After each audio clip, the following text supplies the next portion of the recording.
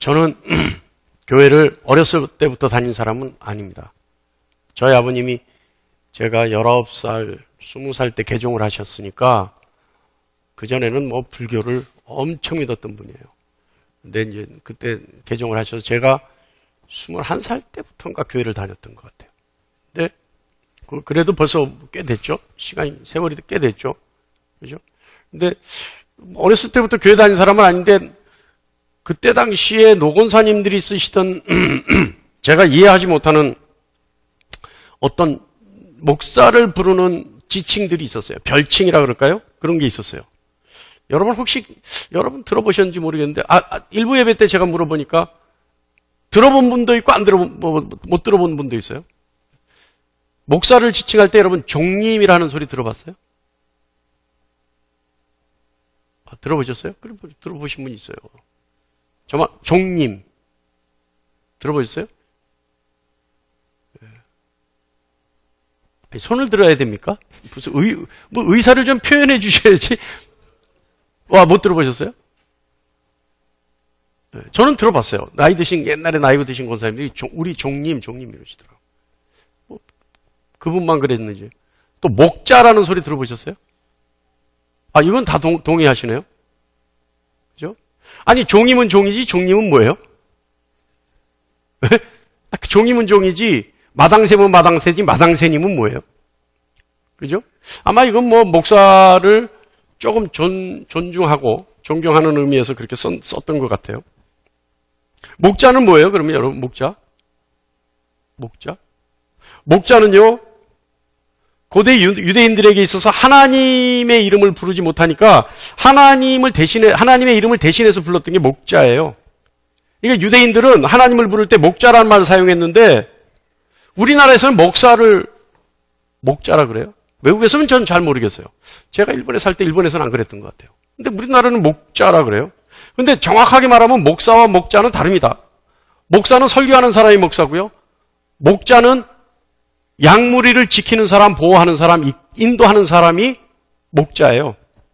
그러니까 목사가 목자는 안 되죠. 목사가 양무리의 주인입니까? 여러분의 주인이 목사입니까? 아니죠. 여러분의 주인은 누구예요? 하나님 한 분이신 거예요. 이거 목사는 목사인 것이지 목자가 아니에요. 근데 그렇게 말을 혼용해서 쓰더라고요. 말이 난 김에 제가 잘못되어 있는 언어들 많아요. 근데 이 언어 체계가요, 언어 습관이 잘못되면요, 사고의 체계가 바뀌어버립니다. 자, 요즘 아주 흔하게 쓰는 언어 습관, 잘못된 것. 사랑하시는 여러분. 목사가 설교할 때도 그래요. 사랑하시는 여러분. 누가 사랑하는 거예요? 여러분, 이 우리나라 국어 문법 체계에 사랑하시는 여러분 말이 맞습니까? 내가 여러분을 사랑하는데 내가 사랑하시는 여러분 이러면 내가 나를 존귀하게 여기 존칭을 쓰는 거예요, 나에게. 그럼 나는 뭐라 그래야 돼요? 나는 사랑하는 여러분 이래야 되고, 사랑하시는 여러분이 맞으려면 어떻게 해야 되냐면 우리 아버지 하나님이 사랑하시는 여러분 이래야지 맞는 거예요. 그죠? 근데 주어가 빠지고 누가 사랑하는지 불분명한 상태에서 사랑하시는 여러분 이러면 이거 잘못 쓰인 거죠. 아닙니까? 맞아요, 여러분. 예. 이거 잘못 쓰는 거예요. 그럼 많은 목사님들이 그 얘기를 해요. 사랑하시는 여러분. 도대체 누군지를 모르겠어요. 그 사랑하는. 그러면 하나님이 사랑하시는 여러분. 이건 맞는 거예요. 생략. 저는 그렇게 생략했다고 들어요. 안 그러면 화가 나니까. 또 있어요. 내가 아시는 분. 이건 맞아요? 틀려요? 내가 아는 분이에요. 내가 아는 분이라 그래야지 내가 아시는 분 이러면 안 돼요. 그건 존대어를 잘못 쓰는 거예요. 그죠? 국적불명의 말들이에요. 이런 말들은. 또 요즘 가장 많이 쓰는 말이 있어요. 가장 많이. 어디 간호사들, 병원의 간호사나 뭐 이런 데서 쓰는 간호사들이 미용실 이런 데서도 쓰더라고. 누우실게요. 일어나실게요. 여러분 그거 맞아요? 하실게요. 이게 맞아요? 그거는 정말 국적 없는 말이에요. 우리나라에는 그런 문법이 없어요. 하실게요가 없어요. 해주세요, 하세요, 예요. 그죠? 그런데 어느 날부턴가, 개그 프로인가 어디서 하실게요가 막, 뭐 이런 말을 쓰니까 꽉 쓰더라고요. 그거 잘못된 거예요. 그죠? 하여간 그렇습니다. 우리 교회에서 대표기도 할 때도 마찬가지입니다. 제가 그거를 대표기도 하는 분들에게 제가 그거를 굉장히 주의하라라고 얘기하죠. 뭐예요? 존칭을 쓰는 거예요. 존칭. 무슨 존칭을 써요? 기도하면서 그렇게 하는 거예요. 우리 목사님이 건강하시게 해주시고. 이거 맞아요? 여러분 이거 맞아요? 이거를 제가 주의하라 했는데 이거를 주의해서 쓰는 분은 딱 한 분 있어요. 송건민 집사님만. 이거 주의해서 이 단어를 써요. 우리 담임 목사가 해요. 우리 담임 목사가. 하나님한테 얘기하잖아요. 우리 담임 목사님이 아니에요. 우리 담임 목사가 건강하게 해주시고 우리 담임 목사가 영역이 7배나 더하게 해주시고 이렇게 기도하는 거예요. 하나님한테 얘기하는데 우리 목사님이 이렇게 하면 뭐예요? 우리는 우리고 너는 너예요? 아니에요. 제가 대표 기도를 소개할 때도 무슨 권사가 기도하겠습니다지 무슨 권사님이 기도해 주시겠습니다. 이거 아니잖아요. 기도는 누구한테 하는 거예요? 우리한테 하는 거예요? 하나님께 하는데 뭘 해주셔요? 하는 거예요. 그러니까 이런 용어들을 우리는 잘 써야 돼요. 그래서 제가 근데 이거 쓰기 깔깔없죠, 그죠? 목사님이 이래야 되는데, 목사가 이러면 조금, 그렇게 들리니까, 서로 그렇게 들리니까, 그걸 쉽게 하지 못하는데, 여러분, 우리는요, 최소한 이 자리에 있는 분들은 기본적으로 하나님이 창조주이심을 인정하는 사람들입니다. 그죠? 그리고 하나님이 모든 것의 주인이심을 인정하는 사람들이에요. 그리고 이 세상에 되어지는 모든 일들이 그분의 뜻 안에서 그분의 솜씨에 의해 그분의 계획에 의해 이루어져 나가고 있다라고 하는 사실을 인정하는 사람들입니다. 그죠? 그렇기 때문에 우리의 말, 습관 언제나 하나님 중심으로 이루어져야 합니다. 그죠? 존칭을 잘못 쓰면 우리 중심이 돼버려요. 하나님 중심이 안 되고. 그래서 이런 부분도 우리가 작은 것이지만 하나하나 하나님 중심으로 하려고 하는 습관, 사고체계를 가져야 된다 이 말이에요. 그래야 일상에서 아무 생각 없어도 습관처럼 하나님 중심적인 얘기가 나오고 그런 단어들이 사용될 수 있어요. 특히 예배 또는 교회에서 하는 기도회 이때는요 특별히 주의해야 돼요. 우리끼리 서로 존칭하다 보면 하나님은 안중에도 없는 거예요. 하나님 안 계신 거예요. 우리끼리 서로 존칭하고 서로 존칭을 쓰다 보면 하나님께 존칭 쓸 데가 없어요.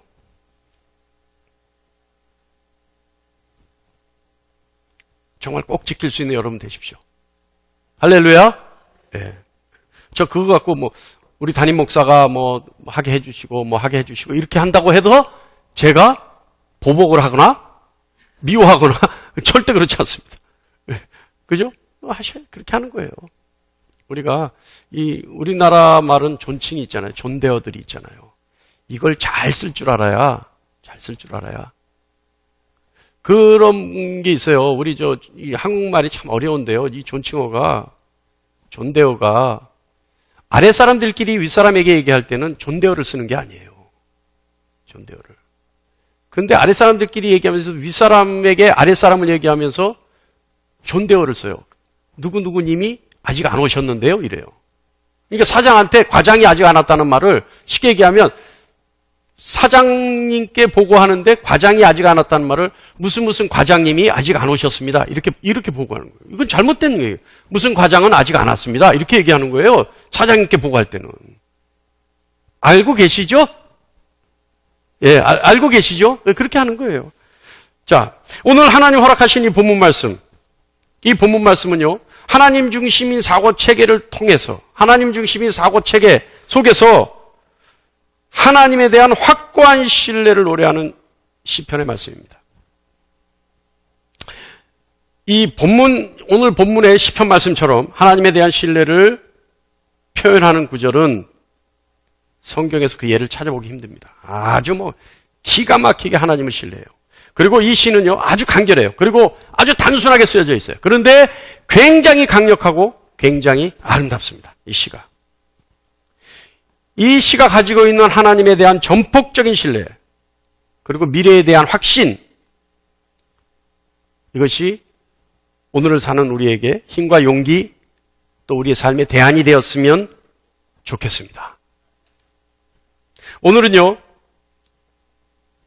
우리가 알고 있듯이, 우리는 늘 얘기하죠. 불확실성 시대를 산다. 불확실성 시대를 산다. 그죠? 우리는 항상 그렇게 얘기하죠. 현대는 불확실성 시대야. 우리는 그 시대를 살아요. 얼마 전에 한가래에서 큰 사고가 있었죠.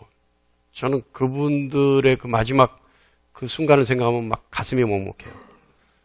하실만 하다면 하나님이 그분들 다 지금 이 순간도 그 품에 안으시고 위로해 주셨으면 좋겠어요.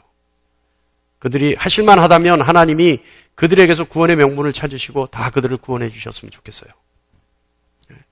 근데 여러분, 얼마 전에 그 영상을 봤어요. 엊그저께인가? TV 뉴스에 영상이 나오더라고요. 큰 배가 그 배를 탁 치고 조금 가니까 그 배가 그냥 물속에 가라앉아 버려요. 그게 몇 초인 줄 아십니까? 7초 만이래요. 7초 만에. 그러니까 큰 배가 부딪혀서 그 배가 전복돼서 물속에 가라앉기까지 7초가 걸렸대요. 7초라는 거는 여러분, 숨 한 번 들여 마셨다가 내쉬는 시간이 7초예요. 순식간이에요. 근데 여러분, 우리가 그 안에 앉아 있었다면 우리가 7초 후에 그런 일이 있을 거라는 것을 상상이나 했겠습니까? 7초 전에. 상상할 수 없는 거예요. 그런데 숨 한 번 들여마시고 내쉬니까 그런 일이 난 거예요. 그러니까 바로 7초 후에 그런 일이 있을 거라고 상상 못했다는 것은 그만큼 불확실하다는 거예요. 뭐가 확실한 게 아무것도 없는 거예요.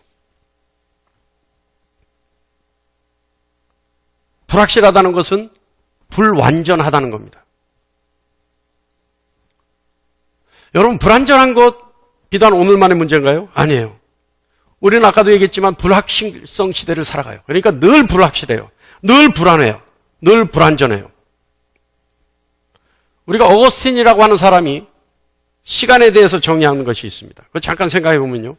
시간은 하나님이 창조하시는 그 창조 때 창조되어진 것이 시간입니다. 시간은요, 하나님의 창조 사역을 시작하실 때 흐르기 시작했어요. 그런데 우리는 흔히 하나님을 영원하신 하나님이라고 얘기해요. 영원하신 하나님. 그런데 우리가 이것을 오해하면 안 되는 것이 하나님은 시작이 있되 끝이 없으신 분으로 오해하면 안 돼요. 그렇게 생각하는 분들이 있어요. 저도 그렇게 생각했었어요. 어렸을 때. 영원하신 하나님, 끝까지 사시는 절대 안 늙는 하나님 이렇게 생각했어요. 근데 그게 아니에요. 하나님은 시간의 제약을 받지 않으시는 분이라는 거예요. 하나님은 시간을 초월해 계시는 분이에요. 하나님은 어제나 오늘이나 내일도 변함없으시다라고 하는 것은 항상 하나님은 변하지 않고 늙지도 않고 바뀌지도 않는다. 이게 아니에요. 시간을 초월해 있기 때문에 어제나 오늘이나 내일도 그분은 항상 영원하신 분이에요. 그러니까 우리처럼 시간에 제한을 받지 않는다 이 말이죠. 자, 시간은 결코 머무를 수가 없습니다. 시간은 계속해서 흘러만 갑니다. 잡고 싶지만 잡을 수 없는 것이 시간입니다. 인간의 능력으로 안 될 것이 없다라고 하는 현대에서도 시간만큼은 인간이 어찌해볼 재간이 없는 것이 시간입니다. 그렇기 때문에 현재라고 하는 순간, 이 현재도 시간의 흐름 속에 고정시켜 머무르게 할 수 없습니다. 여러분, 과거를 한다면 그때 그 시간이 좀 머물렀었으면 할 때 있으세요? 있으세요? 지금 부부가 앉아있는 분들은 잘못 얘기하면 이건 문제 생겨요. 그죠? 그때 제가 여러분이 고개 끄덕하면 긴장돼요, 갑자기. 저도 한 두세 번 있어요. 그때 내가 머물렀었으면. 제가 하나님 만나서 한 두세 가지 후회스러운 것들이 있는데 가장 큰 후회스러운 것이 아주 오래전에 내가 하나님 만났다고 느껴졌을 때, 하나님의 은혜를 받았을 때, 인격적으로 만난 건 아니었어요, 그때. 근데 은혜를 받았어요. 은혜를 받았을 때 내가 좀 더 빨리 하나님의 사인을 눈치챘으면 더 일찍 공부를 했고 더 일찍 목회를 했을 걸. 그럼 더 많은 시간을 하나님께 드릴 수 있었을 걸. 이라고 하는 후회스러운 때는 있어요. 그때 내가 뭔가 잘 생각했으면. 라고 하는 후회스러운 거 있어요. 그거 외에도 한 두 가지 정도 있어요. 그거는 뭐 차마 얘기를 못 하겠어요. 예? 사모가 안 듣는다 해도 뭐 얘기 못 하겠어요. 여기 반드시 스파이가 있더라고. 예. 자, 그것처럼요, 우리는요, 그때로 되돌아가서 머무르고 싶은 것이 있어도 절대 할 수 없습니다. 현재는요, 계속해서 과거라는 존재하지 않는 허상 속에 묻혀버려요. 사라져버려요. 어찌 보면 현재라고 하는 것은 언제나 우리의 추억 속에만 있는 것일지는 모르겠어요. 그죠? 벌써 이 순간도 이미 지나가 버리잖아요. 그렇기 때문에 존재하지 않는 현재라고 하는 것을 존재하지 않는 현재라고 하는 것은 존재하지 않기 때문에 항상 불완전한 겁니다. 미래도 보이지 않고 과거도 보이지 않죠. 그래서 불완전해요. 다시 말하면 현재를 가르치는 시간이라고 하는 것, 이것은 불완전한 겁니다. 우리에게 주어진 과거, 현재, 미래, 이 모두는 존재하지 않기 때문에 불완전하죠. 시간이 얼마나 불완전한지 아세요? 시간이 얼마나 불확실한지 아세요? 반복할 수가 없잖아요. 그것이 시간이 불완전하고 불확실하다고 하는 증거입니다. 확실하고 안전한 거는 반복할 수 있죠. 그런데 불완전하기 때문에, 불확실하기 때문에 반복할 수가 없는 것이 시간이에요. 시간은 한 번 지나가면 다시 돌아오지 않아요. 반복할 수도 없고 오로지 직진만 하는 것이 시간입니다. 그런데 그 불확실하고 불완전한 시간의 지배를 받는 것이 인간이에요. 그러니까 인간의 삶이 얼마나 불확실하고 불완전하겠어요. 그죠? 결과적으로 인간은 언제나 불확실하고 불완전한 존재입니다. 근데요, 그런 인간이요, 시계게 하면 하잘 것 없어요. 보잘 것 없는 인간이에요. 그런데요, 이런 인간들이 하나님 앞에 얼마나 길을 쓰고 덤비는 줄 아세요? 하나님 앞에서 그것을 만드신 하나님, 그래서 그 모든 것을 초월하셔서 완전한 하나님 앞에 겨우 시간도 제대로 하지 못하는, 시간의 제한 속에 있는 인간이 얼마나 그분 앞에서 쉽게 얘기하면 시건방을 떠는지 아세요? 어떤 땐 대들기도 하고. 여러분, 하나님께 맘먹으려고 해요, 인간은. 인간이 하나님 앞에 맘먹으려고 한다라고 하는 거 대표적인 게 뭔지 아세요? 예? 하나님 앞에 아주 쉽게 하는 행동인데 그거는 하나님께 맘먹으려고 하는 행동이에요. 하나님께 대들려고 하는 행동이에요. 그게 뭔지 아세요? 지가 다 아는 것처럼 얘기해요. 지가 다 할 수 있는 것처럼 얘기해요. 그게 하나님 앞에, 창조주 하나님 앞에, 만유의 주 하나님 앞에 시건방 떠는 거예요. 대드는 거예요. 맘먹으려고 하는 거예요. 아니, 생각해보세요. 우리는요, 불완전하고 불확실해요. 시간의 제한 속에서 할 수 있는 게 아무것도 없어요. 그런데 모든 것을 할 수 있고 모든 것을 아시는 하나님 앞에 마치 다 알고 다 할 수 있는 것처럼 한다 이 말이에요. 얼마나 가소롭냐 이 말이에요. 그 모습이. 성경은요, 이런 인간을, 불완전하고 불확실한 인간을 길 잃은 양이라고 표현합니다. 길 잃은 양은요, 반드시 목자가 필요하죠. 그죠? 오늘 시편 기자인 이 다윗이요, 목동이었습니다. 다윗은요, 목자가 어떤 책임과 어떤 역할을 하는 사람인지 정확하게 알고 있는 사람이 다윗이에요. 그리고 목자의 마음을 누구보다도 잘 알아요. 사무엘상 17장 34절 35절 말씀 보면 다윗이 사울에게 말하되 주의 종이 아버지의 양을 지킬 때에 사자나 곰이 와서 양떼에서 새끼를 물어가면 내가 따라가서 그를 치고 그 입에서 새끼를 건져내었고 그것이 일어나 나를 해하고자 하면 내가 그 수염을 잡고 그것들을 쳐주겠나이다. 어떻게 해요? 다윗은 얘기하는 거예요. 목자인 나는 어떻게 목자의 사명을 감당했느냐. 양떼를 보호하고 지켰다는 거예요.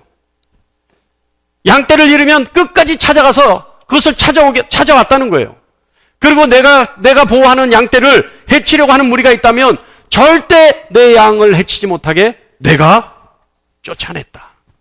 이것이 목자다. 다윗은요, 목자의 마음을 잘 아는 사람이었습니다. 그 다윗이 하나님을 목자라고 부릅니다. 목자는요, 아까도 얘기했듯이 양무리를 지키는 사람이에요. 그런데 다윗은 하나님을 목자라고 불러요. 이것은요, 자신이 하나님을 어떻게 생각하고 있는지에 대해서 잘 말해주는 예입니다. 누구보다도 목자의 마음을 잘 아는 다윗은 내가 양을 돌보는 것 같이 나를 돌보는 하나님은 나의 목자라고 고백하는 거예요. 그런데 다윗은 어떤 사람이에요, 여러분? 이스라엘의 왕이에요. 다윗은요, 부족할 것이 없어요. 수많은 군사가 있고요. 수많은 호위병이 있고요. 다윗이 취하고자 하면 남의 아내도 쉽게 뺏을 수 있는, 언제든지 하고 싶은 것을 다 할 수 있는 사람이에요. 그런데 그 다윗이, 부족할 것 없는 다윗이 고백하는 거예요. 하나님은 나의 목자시니 내가 부족함이 없으리로다. 왕으로서 부족하게 없는 사람이 하나님과 단둘이 있을 때, 하나님을 생각할 때 하나님은 나의 목자시니 내가 부족함이 없다는 거예요. 왕으로서 부족함이 없는 것이 아니라 내가 삶을 살면서 내 인생에서 부족한 것이 있을 수 없다라고 얘기하는 거예요. 이건 뭐예요? 여기서 부족함이 없다는 것은요, 하나님에 대한 신뢰의 표현일 수 있어요. 믿음의 고백일 수 있어요. 그러나 또 하나는 실제적인 고백일 수 있어요. 진짜로 내가 하나님이 계시기 때문에 부족한 것 없이 하나님이 나에게 해주셨으니 내가 부족한 것이 없다라고 얘기하는 고백일 수 있습니다.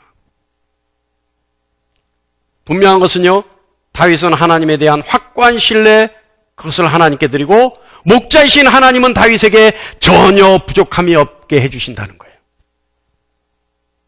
목자를 누구보다도 잘 아는 다윗의 하나님에 대한 확고부동한 신뢰.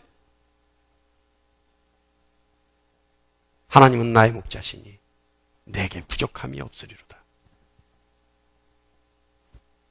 2절 보면요, 나를 푸른 풀밭에 누이시고 쉴만한 물가로 인도하시는도다. 이렇게 고백해요. 여러분, 양에게 필요한 건 뭐예요? 풀과 물만 있으면 끝이에요. 더 이상 필요한 게 없어요. 더군다나 자신을 지켜주는 목자가 함께 하고 있는 거예요. 그러니 얼마나 편하게 쉴 수 있겠어요. 아무 걱정 없이 편하게 쉴 수 있죠. 그러니까 다윗이 고백하는 거예요. 여호와는 나의 목자시니 내가 부족함이 없다. 내가 푸른 초장과 쉴만한 물가로 내가 있고 더군다나 나의 목자이신 하나님이 나를 지키고 있는데 내가 더 이상 무엇이 필요하겠느냐. 기가 막힌 고백 아닙니까? 여호와는 나의 목자시니 내게 부족함이 없으리로다.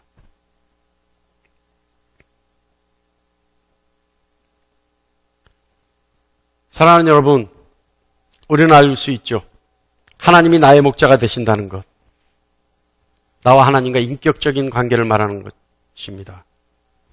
하나님 멀리 계시거나 또는 느낄 수 없는 하나님이 아니라 아주 친밀하게 그리고 친근감 있는 밀접한 관계 속에서 더 나아가서 나를 보호해 주시는 보호자의 관계를 말하는 겁니다. 3절 말씀 보면요, 하나님은 양들을 돌보시는데 다 같이 한번 읽어볼까요? 시작. 내 영혼을 소생시키시고 자기의 이름을 위하여 의의 길로 인도하시는도다. 우리의 영혼을 소생시킨다는 거 우리 다 알고 있죠. 그런데 저는 여기서 기가 막힌 말씀이에요. 하나님의 이름을 위하여. 하나님이 우리를 생명의 길로 인도하신다는 거예요. 누구를 위하여? 하나님의 이름을 위하여. 저는 이 고백이요, 정말 기가 막힌 고백이라고 봐요. 이스라엘 민족은요, 수많은 배신과 갈등 하나님 앞에서 수많은 죄를 저질렀습니다. 그럴 때마다 하나님이 돌이키시고 이스라엘 민족을 붙잡았던 것도 왜 그래요? 하나님의 이름이 그들에게 있었기 때문에. 저는요, 하나님의 이름을 위하여 하나님이 이 의의 길로 인도하신다. 이 말은요, 다른 말이 아니에요. 반드시 지키신다는 얘기예요. 반드시 지키신다. 절대 어김이 없이 지키신다는 거예요. 어긋남 없이 반드시 이루신다는 말이에요. 하나님이 하나님 뜻 외에 그 어떤 조건도 필요 없이 일방적으로 반드시 지키신다는 말이 그의 이름이 거기에 있다는 거예요. 그렇게 대신할 수 있어요. 여러분, 여러분의 삶에 하나님의 이름이 있습니까? 그렇게 고백할 수 있어야 돼요. 내 삶에 하나님의 이름이 나에게 있기에 하나님은 나를 반드시 의의 길로 인도하신다. 이 고백이 있어야 된다는 거예요. 할렐루야. 여러분의 삶에 하나님의 이름이 있습니다. 여러분의 이름에 하나님의 이름이 겹쳐 있습니다. 여러분의 인생에 하나님의 이름이 걸려 있습니다. 깨달을 수 있는 여러분 되시기 바랍니다. 다윗은요, 4절 보면 또 기가 막힌 고백을 해요. 다 같이 읽어볼까요? 이건 뭐 너무나 다 암송할 수 있는 구절이죠. 다 같이요. 시작. 내가 사망의 음침한 골짜기를 다닐지라도 해를 두려워하지 않을 것은 주께서 나와 함께 하심이라. 주의 지팡이와 막대기가 나를 안위하시나이다. 여기서 이 사망의 음침한 골짜기라고 번역되어 있는 이 말씀은요, 원문에 의하면 한치 앞을 내다볼 수 없는 칠흑 같은 어두움이라는 뜻이에요. 한치가 몇 센치예요? 한자가 몇 센치예요? 한자? 뭐 이견이 이렇게 분분해. 한자 30cm예요. 30cm. 한치가 그럼 몇 cm예요? 혀가 몇 cm? 혀가 몇 자예요? 혀가 몇이에요? 세치죠. 예? 9cm란 얘기예요. 한치가 3cm예요. 그죠? 그러니까 한치 앞을 못 본다. 그러니까 눈을 떠도 눈앞이 안 보인다는 거죠. 이런 상황 속 칠흑같이 얻어서 전혀 앞을 예측할 수 없는 그 상황, 내다볼 수 없는 그 상황, 그 상황에서도 내가 두려워하지 않는다. 지금 이 시간 다 우리 예배당 불 다 한번 꺼볼까요? 어떤 상황이 일어나나? 예? 다들 놀래갖고요, 엉금엉금 더듬어서 이겨요. 그런데 다윗이 고백하는 건 뭐예요? 내 눈앞에 칠흑같이 얻어서 전혀 예측할 수 없는 상황이 있다 하더라도 나는 두려워하지 않는다는 거예요. 왜요? 나 자신을 의지해서가 아니라 내 스스로가 그것을 헤쳐나갈 수 있기 때문이 아니라 하나님이 나와 함께 하시기 때문에 전혀 두렵지 않다는 거예요. 두렵지 않는 이유가 하나님이 나와 함께 계시기 때문이라고 강조하는 거예요.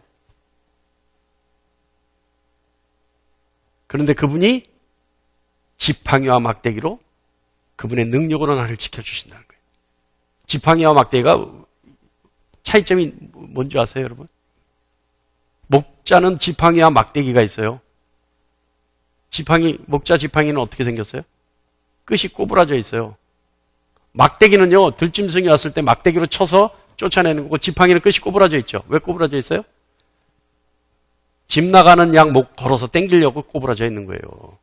그래서 무리해서 이탈하면 땡겨서 이렇게 다 집어넣는. 그래서 목자는 지팡이 꼬부라져 있어요. 그러니까 보호하고 인도하고.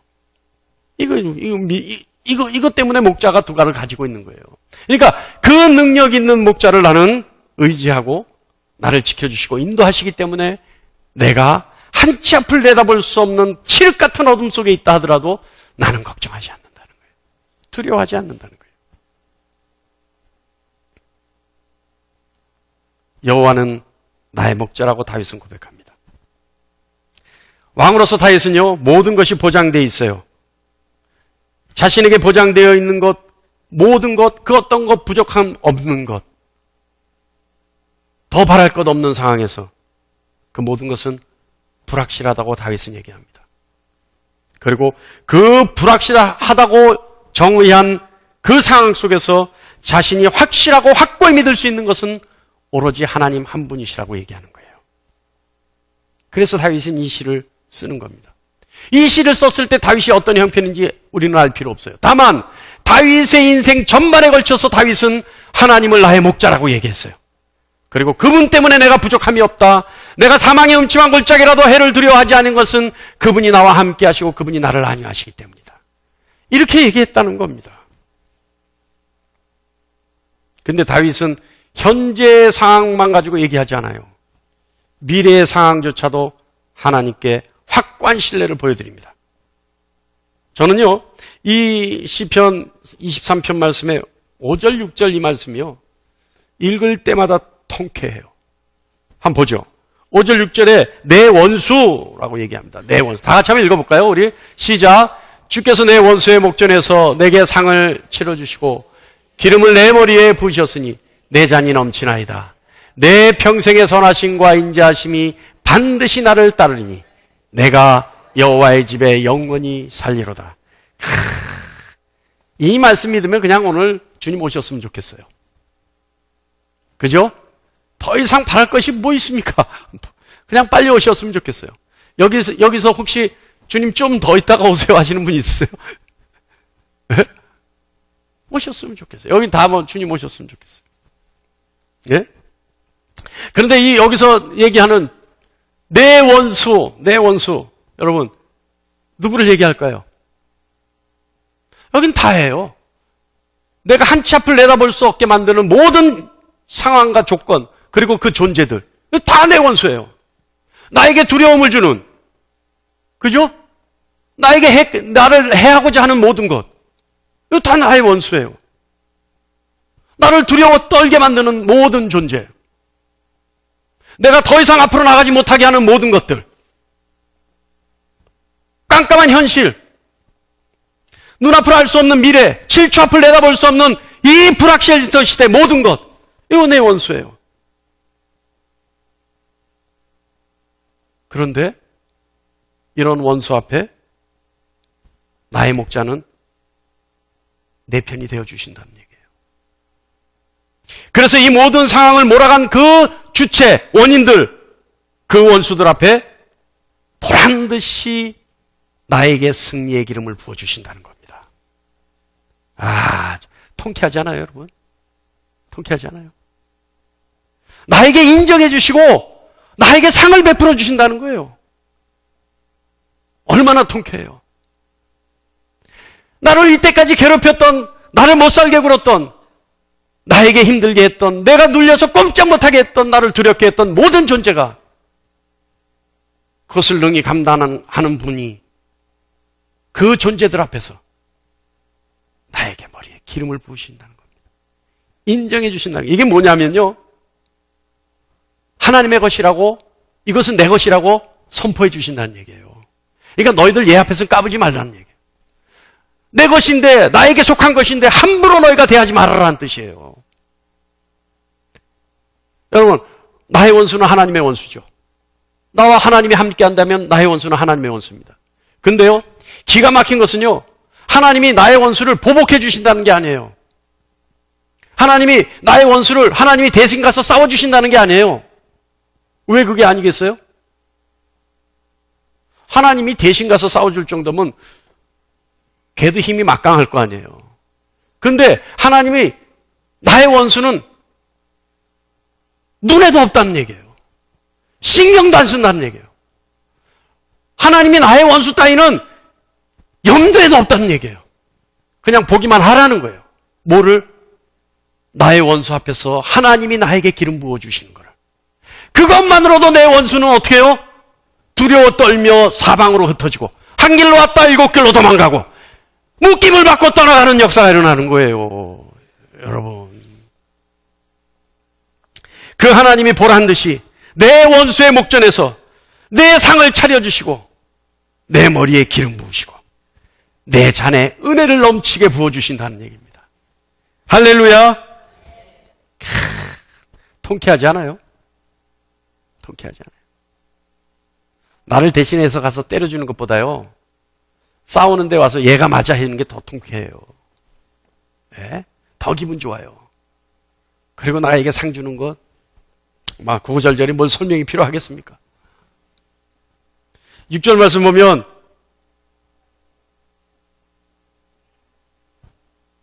내 평생의 선하심과 인자하심이 반드시 나를 따르리니 내가 여호와의 집에 영원히 살리로다. 하나님이 나에게 주시는 것이 가장 최상이라는 얘기죠. 최선의 것이라는 얘기죠. 예비되어 있는 것은 분명하기 때문에 내가 어디로 가든지 어떤 상황에서도 내가 하나님의 집에 있는 것과 똑같은 삶을 살 수 있다는 고백입니다. 이 말씀을 믿는 여러분 되시길 바랍니다. 사랑하는 성도 여러분, 우리는 불확실성 시대를 정면으로 부딪히고 살아가는 사람들입니다. 그런 삶 속에서도 오늘의 현실은 더욱더 어둡고 힘듭니다. 세계 경제가 힘들죠.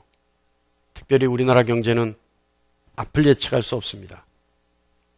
혹자들은 IMF 때보다 더 힘든 경제 위기가 올 것이라고 얘기합니다.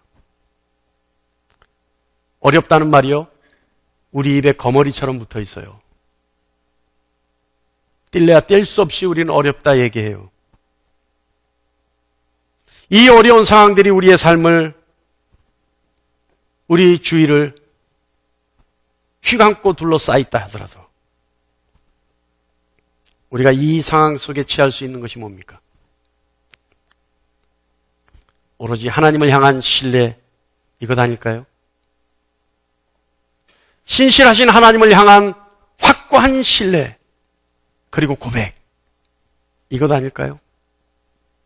히브리서 11장 1절에 믿음은 바라는 것들의 실상이요 보이지 않는 것들의 증거. 믿음은 장래 내가 바랄 수 있는 것들, 모든 것들의 실제이고, 믿음은 보이지 않으나 확실하다고, 그리고 명확한 증거라고 얘기하는 것, 고백하는 것, 이것이 믿음입니다. 우리 기독교의 신앙은요, 체험의 신앙이에요. 이 말은 우리가 체험해야 된다라고 하는 말일 수도 있지만 우리가 체험할 수 있다는 말도 됩니다. 체험할 수 있고 체험해야 되는 것이 신앙입니다. 추상적이고 이상적인 삶의 목표를 삼아서 그렇게 살고자 노력하는 삶을 살으라고 하는 종교적 외침이 아니라, 신앙은 책에 있는 것이 아니라, 목사의 설교만에 있는 것이 아니라, 삶을 통해, 체험을 통해 손으로 잡아야 하고, 손으로 잡으려 할 때 잡을 수 있는 것이 신앙이라는 거예요. 삶의 체험을 통해 나의 삶으로 만들고자 하는 것이 신앙이라는 겁니다. 그러므로 우리가 신앙인이라면 우리가 지키고 이끄는 목자의 손길을 체험해야 합니다. 그래서 지금 도저히 뛰어넘을 수 없는 난관에 봉착해 있다 하더라도 우리가 체험한 그 목자의 손길을 믿고 의지하고, 그래서 우리 삶에 그 목자의 손길과 방법을, 솜씨를 적용시킬 수 있어야 합니다. 불확실성 시대, 불안전한 시대, 이 시대를 사는 우리에게 하나님은 오늘 다윗의 체험을, 고백을 통해 우리에게 보여주십니다. 하나님은 우리에게 요구하십니다. 다윗의 고백을 배우라고. 그리고 다윗의 체험 또한 배우라고. 그래서 다윗이 고백한 것처럼 여호와는 나의 목자시니 내게 부족함이 없으리로다. 이 고백을 우리도 고백하고 우리도 체험하라고.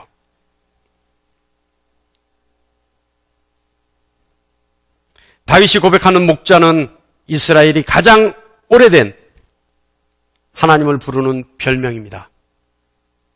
이스라엘은 하나님을 목자라 불렀습니다.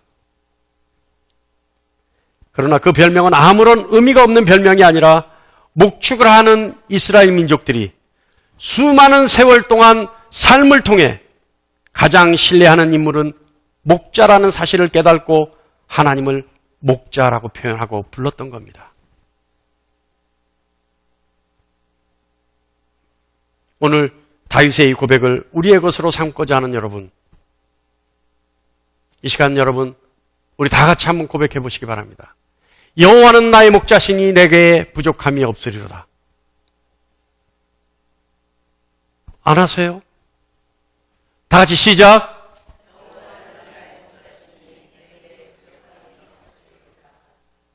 할렐루야. 다시 한번 할까요? 여호와는 나의 목자시니 내게 부족함이 없으리로다. 여러분의 입술로 고백되어진 이 말씀이 여러분의 삶에 체험되어지기를 간절히 축원합니다. 그래서 여러분의 삶을 통해 이 말씀이 증거되기를 간절히 축원합니다. 불확실성 시대, 불완전한 시대를 살아가는 우리는 시편 46편 10절 말씀처럼 너희는 가만히 있어 내가 하나님됨을 알지어다. 내가 문나라 중에서 높임을 받으리라. 내가 세계 중에서 높임을 받으리라 하시도다. 여러분, 우리는 이제 주님을 잠잠히 바라볼 때입니다. 주님을 잠잠히 바라보고 여호와는 나의 목자시니 내게 부족함이 없으리라는 고백과 함께 체험하는 삶을 삶으로 내 원수의 목전에서 하나님이 나에게 상을 차려주시고 내 머리에 기름을 부으시고 내 잔이 넘치게 해주실 때를 기다릴 때입니다. 이와 같은 믿음과 고백이 반드시 현실이 되리라는 믿음을 가지고 완전한 믿음을 가지고 하나님의 손길을 기다릴 때입니다. 깨달을 수 있는 여러분 되시길 바랍니다. 그리고 여러분의 삶에 체험적 신앙으로 증거할 수 있는 입술이 되기를 간절히 축원합니다.